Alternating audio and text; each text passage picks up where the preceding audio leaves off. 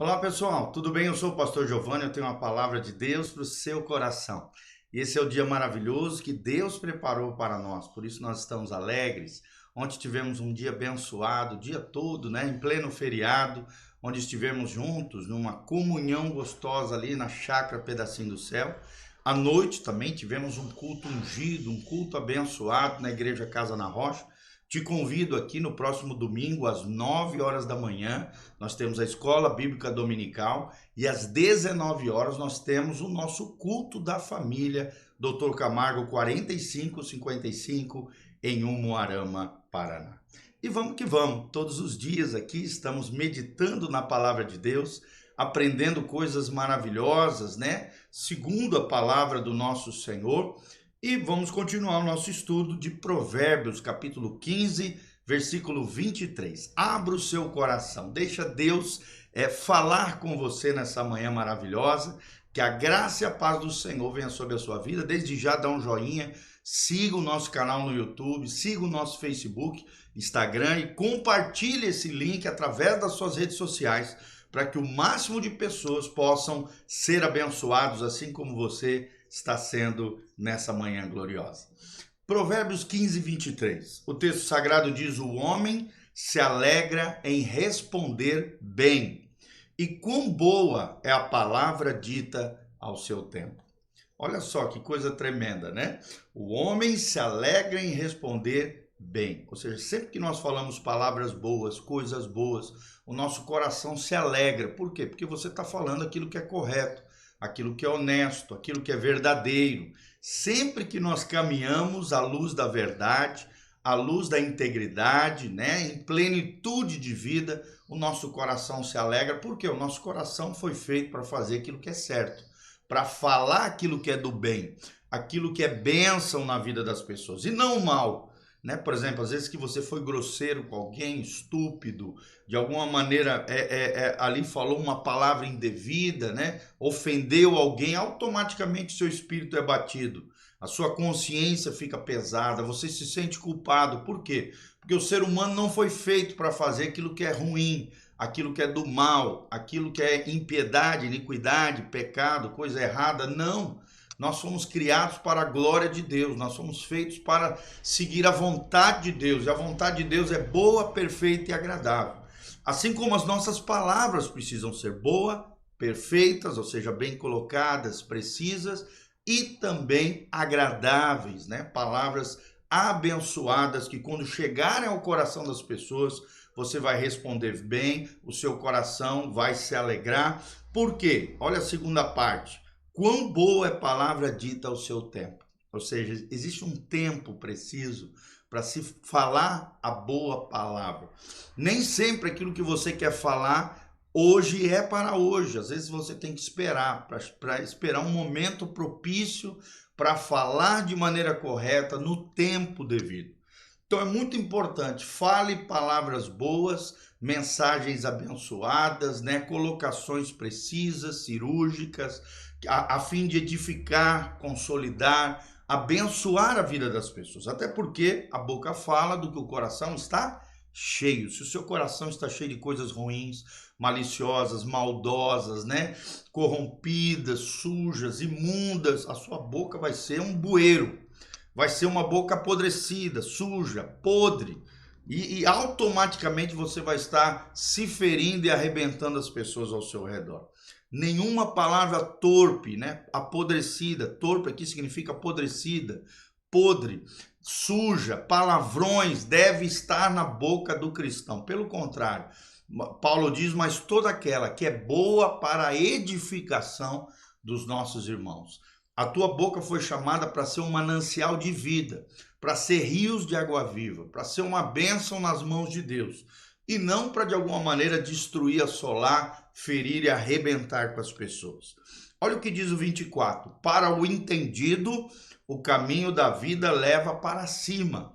Olha só, se eu tiver entendimento, inteligência, sabedoria, as escolhas que eu vou fazer, o caminho aqui simboliza as escolhas, as contingências da vida, as possibilidades que a vida coloca diante de mim, ela vai me levar para cima, ou seja, vai me levar para o céu, vai me levar para perto de Deus, para a vida abençoada que Deus tem para mim e para você, para que se desvie do inferno embaixo.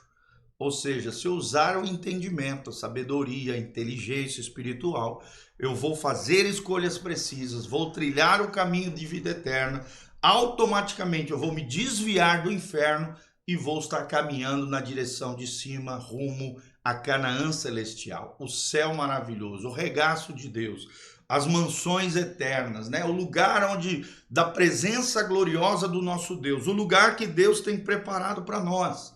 E isso é tremendo, é maravilhoso. Você não foi criado para ir para o inferno.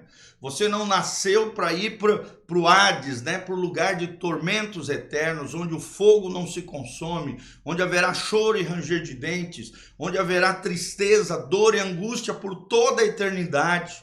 O inferno não foi feito para o ser humano, mas sim para Satanás e os demônios, os anjos caídos que são os demônios.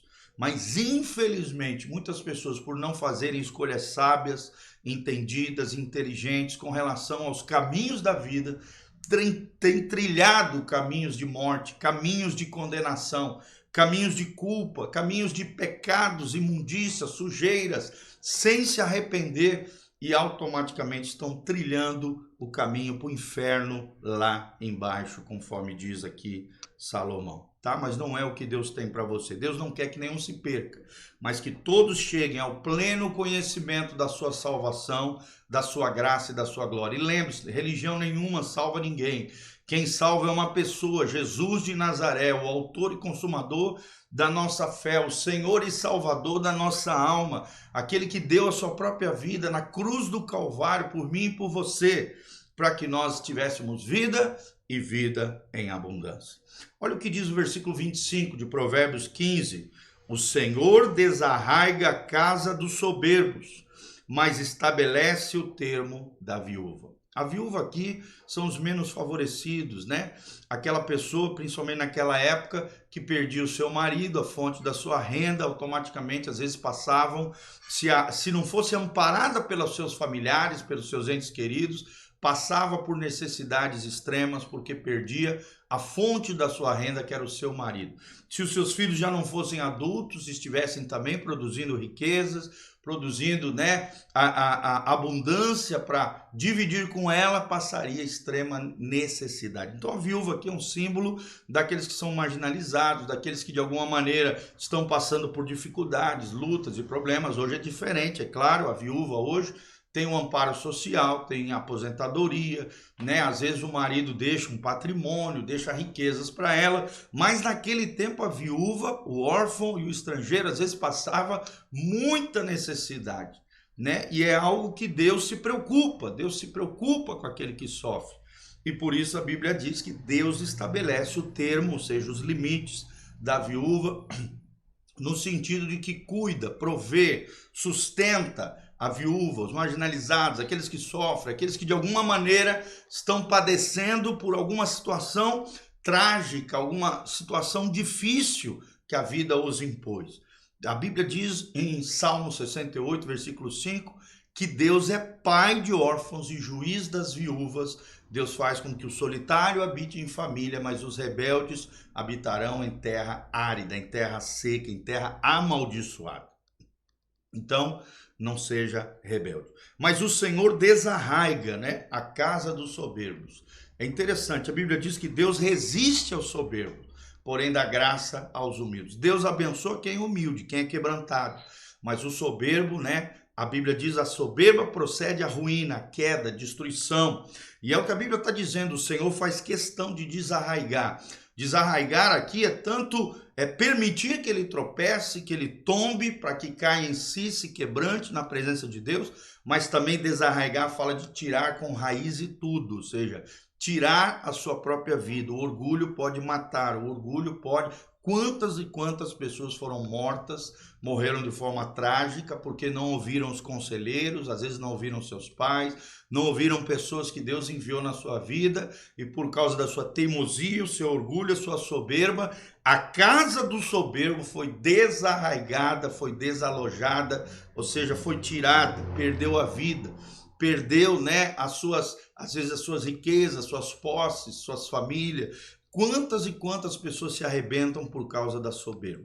Soberba, altivez, arrogância, né? Tudo isso é a mesma coisa, né? É aquela pessoa que tem uma atitude prepotente, arrogante, altiva, que gosta de pisar, massacrar os outros, se acha acima do bem e do mal, não escuta ninguém, é teimoso. Nós não podemos ser assim, porque a casa dos soberbos será desarraigada. Mas o justo será abençoado, habitará na terra e Deus o abençoará. Amém? Que Deus abençoe essa palavra ao seu coração, que você sempre tenha um coração humilde, quebrantado, na presença do nosso Senhor. Glória a Deus. Nós estamos aqui debaixo deixando todas as informações para que você possa contribuir nesse ministério pastoral, investir, né, no reino de Deus e de alguma maneira contribuir com aquilo que Deus está fazendo. Desde já, vem nos visitar, aqui debaixo tem todos os horários do culto, todas as informações para que você possa estar conectado, participar, se envolver conosco nesse lindo ministério que Deus está estabelecendo. Se você quiser fazer isso, vem estar conosco, participe, semeie, se levante como um cooperador fiel, mas também se envolva conosco na obra linda que Deus está fazendo. Desde já um grande abraço, que Deus te abençoe, em nome de Jesus, na presença do Senhor. Amém, amém e amém.